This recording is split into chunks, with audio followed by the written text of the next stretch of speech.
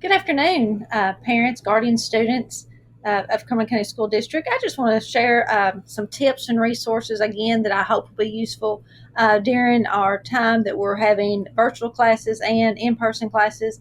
I know there's lots of things that we encounter on a day to day basis with the technology, and we just want to be sure that you have the access and the knowledge to get to and use what we have available to you all. The very first thing, again, I want to point out that you all need to be sure and visit our Cumberland County School District website. The website is listed up here above for you to see.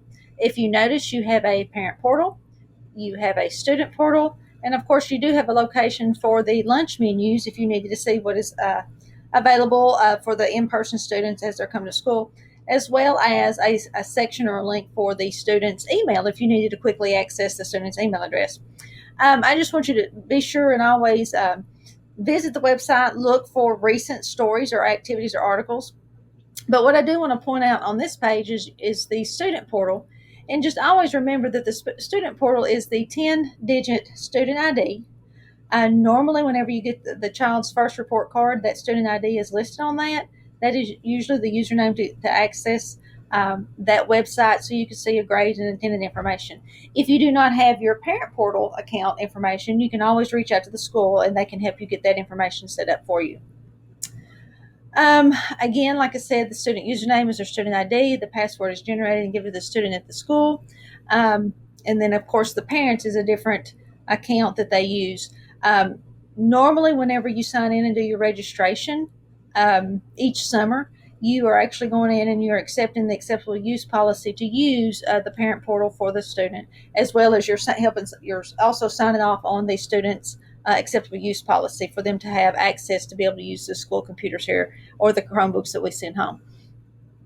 Just a reminder that the students' login information for their Google accounts is their first name, not last name, at stu.cumberlandkyschools.us. And then, of course, the password is assigned to the student, and the teacher that your child is assigned to generally has that information, and they can help you out if you forget that password for your student.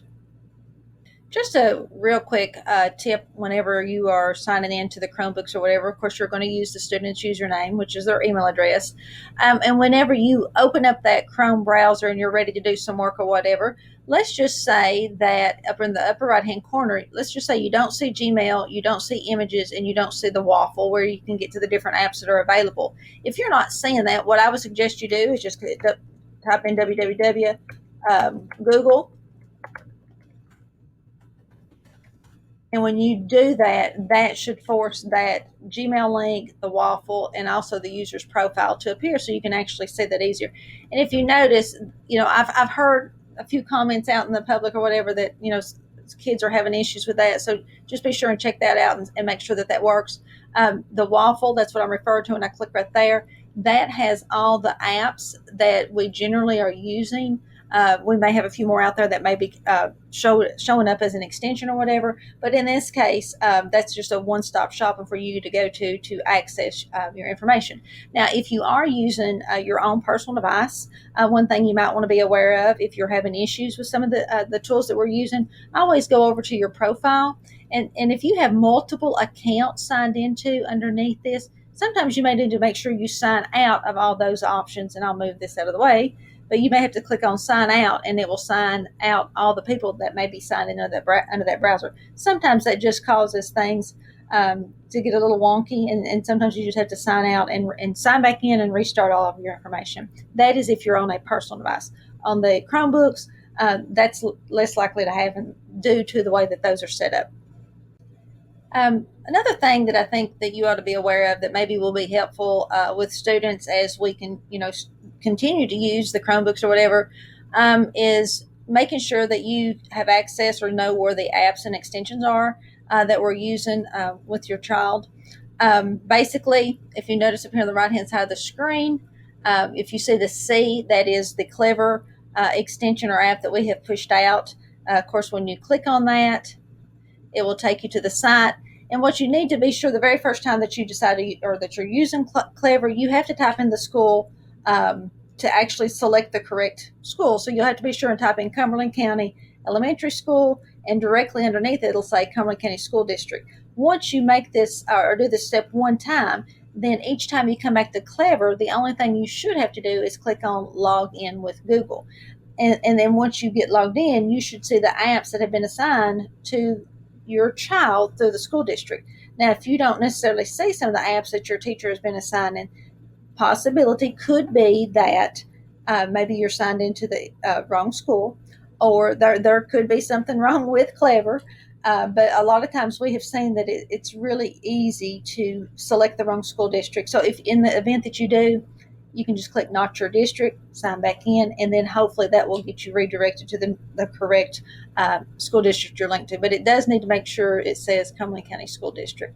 Another thing you need to be aware of is this little puzzle piece to the right hand side of your screen. If you just click on that, those are some extensions that we have pushed out. You may not see all of those. Some of those are teacher extensions, some of those are student extensions. But if you want those extensions to appear right along your URL, you would just click the little pen tab, and that will make that app appear up there for you so you can easily access it and see what you need to get to. I'll talk about Relay. It's actually kind of associated with each student's account or staff member's account. Relay is what we use for our mobile filtering. It's actually provided by KDE. We just implemented this starting July 1. This is it filters everything from any type of Google searches, and decrypts those searches and allows us to kind of filter any pornographic imagery or pornographic sites, or just specific words that may not be suitable for kids to be looking at it on a school device or at school. This actually does filter on campus and off campus. So if you're using a school device and you're signed into it with your school email at home, it still will filter you just like you're at school. And that lets us know that, our devices that we send out are going to be used for, educational purposes. And so, like I said, it blocks everything that what they consider non-educational. You can go to the next slide then. The next thing I'm going to talk about is called Bark. This is actually a free thing that's provided to schools across the nation. Bark scans every Google Doc, sheet, chat, email or image that is downloaded to the specific student's account. It scans that for any type of nudity or weapons or violence, self-harm, or any type of sexual content or something like that. It's going to flag it.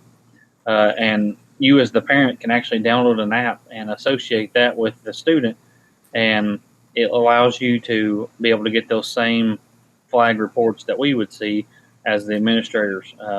When we get those reports, we share those with all the administrators and at each building and let them handle whatever situation that may be happening that we don't know about. Like I said, it does from cyberbullying all the way to anything that may not be good content for the kids to be looking at. And it has these different toolkits that are available for the parent if they decide to get the app, like the toolkit and the blog, where people talk about different things that are going on and how it works and how to use it and stuff like that. Real quick, let's just talk about Google Classroom.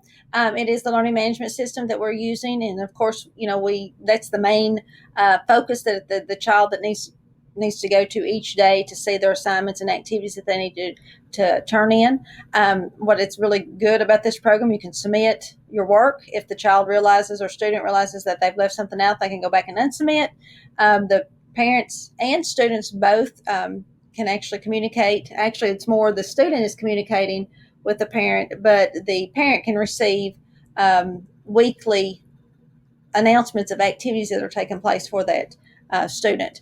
But anyway, just always remember that Google account is used for all these products that we're trying to use, and we're trying to keep it as simple as we can. But let's go out and let's look at an actual Google Classroom and see what you will see out there.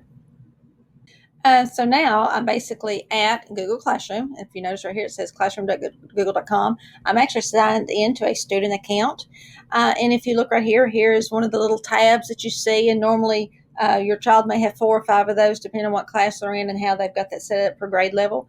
And of course, when I look on this tab right here, it says due Tuesday. So there's been an assignment, and it's called All About Me, and it's due next week. But basically, what the student needs to do is they need to be sure they click on that link, and that will take them to the stream page. And this right here, of course, this is kind of an older Google Classroom that I've used with some of my STLP students. But anyway, this right here, if you notice, this is the stream. This is the classwork, and then, of course, that's the people. But basically, as a student, the first place that they want to go to is you want to go to the classwork page, and then they're going to see when their activities are due. And I'm going to scroll down to the one that says All About Me. If you notice, these right here have been visited because they're grayed out, and of course, if it's blue, it should indicate that it's new. Maybe it hasn't been visited or whatever as a student. So I'm going to click on All About Me. There we go. And I'm going to look back at it, and it says, write a brief paragraph explaining your hobbies and interests and future goals. So that's the assignment. And when I clicked on it, it automatically opened up a Google document, and it automatically assigns. Right here it says CCHS Student STLP. So this is the account that I created so I can use it as a generic account. So whenever a teacher makes an assignment and and they say make a copy for every student, it automatically gives that child a sheet of paper or a spreadsheet or PowerPoint or whatever it is they're doing, and it will put their name in front of it, so that teacher knows on their side that whose work that this actually is. But if they were going to do the work, they would complete it.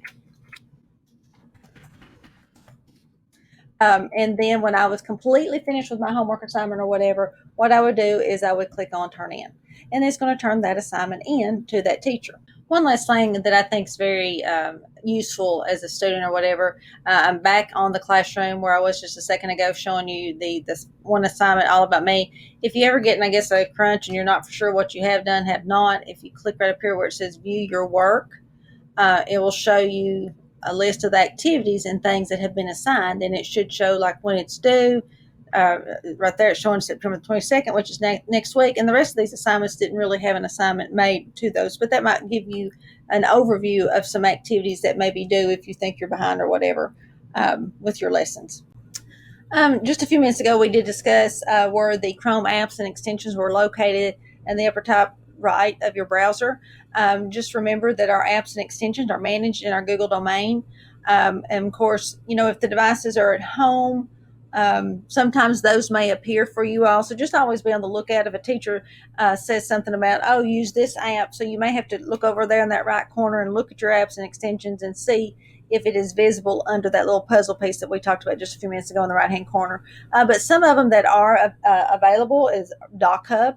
And basically, DocHub is an app that generally you can edit a PDF file with the DocHub app. There's another one that's called Kami, so you may see that one as well, and that's Kami. Local Media Player is one that we've pushed out, and that's for students that may be using an SD card to view videos with. And of course, the Clever app, the single C that's located in the right-hand corner, upper right-hand corner, those are all examples of apps and extensions. And of course, I would pin those apps, or the ones that you most frequently use. Pin those so you can easily find those and get to those really quickly. But anyway, those are pushed out just when teachers make the request. But it's always good to make sure that you watch out for those. And then if in the event that you do see an update to your Google Chromebook, normally those appear in the lower right-hand corner of your screen. Be sure when it says restart, you may want to go ahead and let that Chromebook restart so you don't have any lag time or issues with some of the other apps that you use causing issues with.